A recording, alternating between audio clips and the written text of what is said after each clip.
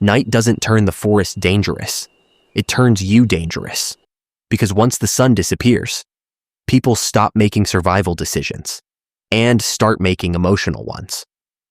And that is exactly how people end up spending the night outside by accident. Because if darkness catches you in the woods, your goal is no longer getting home. Your goal is surviving until morning. And most people prepare for that completely wrong. Most people think survival means fire. It doesn't. Shelter comes first. Because a fire warms one side of your body. Cold ground steals heat from the other. And cold is much faster than hunger. The first mistake people make is continuing to move. Darkness falls. They get nervous, so they walk faster.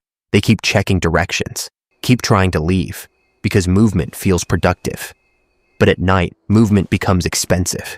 You fall. You lose direction. You burn energy. And every bad decision starts costing heat. The people who survive the night usually do one thing differently. They stop. Because once darkness wins, the objective changes. You're not trying to reach the car anymore. You're trying to reach sunrise. Find shelter, not perfect, not comfortable, just survivable. Look for natural shelter first. Dense evergreen cover, fallen trees, large rocks, low branches. Nature often builds better shelters than exhausted humans do. If there's nothing available, build. A lean-to is enough. One long branch supported between trees. Branches angled against it. Then pile debris, leaves, pine needles, moss, dry vegetation. Wind protection matters more than appearance. And here's the mistake that actually catches people. They build shelter, maybe even make fire, then sleep directly on the ground. The earth quietly steals heat all night. You can build the perfect roof and still freeze underneath it. So before you sit down, build the ground. Pile leaves, dry grass, pine needles, dry bark. Far more than feels necessary. You're not building a bed, you're building insulation. Now let's talk about fire, because fire changes everything. Heat, light, drying wet clothes, signaling, and maybe most importantly, it changes your mind. Darkness feels smaller when there's fire. The brain stops spiraling. If you have a lighter, good.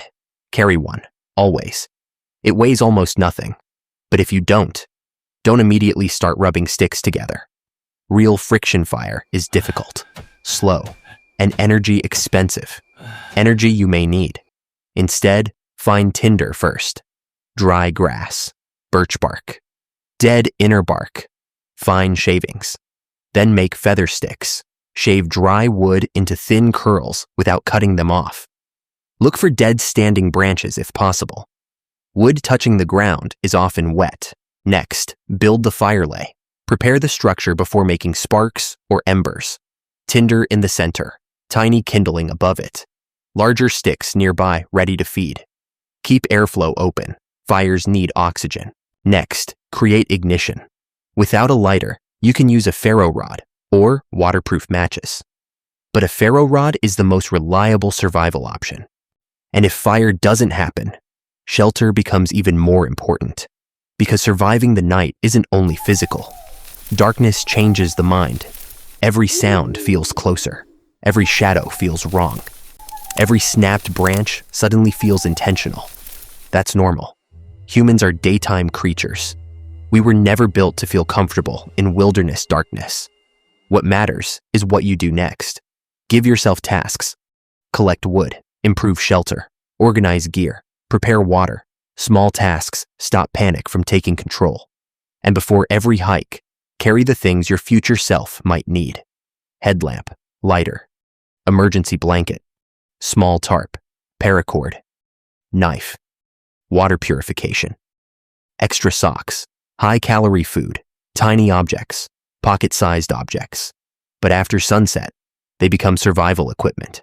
And here's the part experienced outdoorsmen understand. Morning changes everything. Light returns. Temperature rises. Problems shrink. Things that felt impossible at 2 a.m. suddenly become manageable. Which means your objective during an unexpected night in the woods is surprisingly simple. Stay warm enough, stay dry enough, stay calm enough to reach daylight. because the forest didn't change when night arrived. You did. And the people who make it out usually aren't the strongest. They're the ones who stopped fighting the darkness and simply survived it.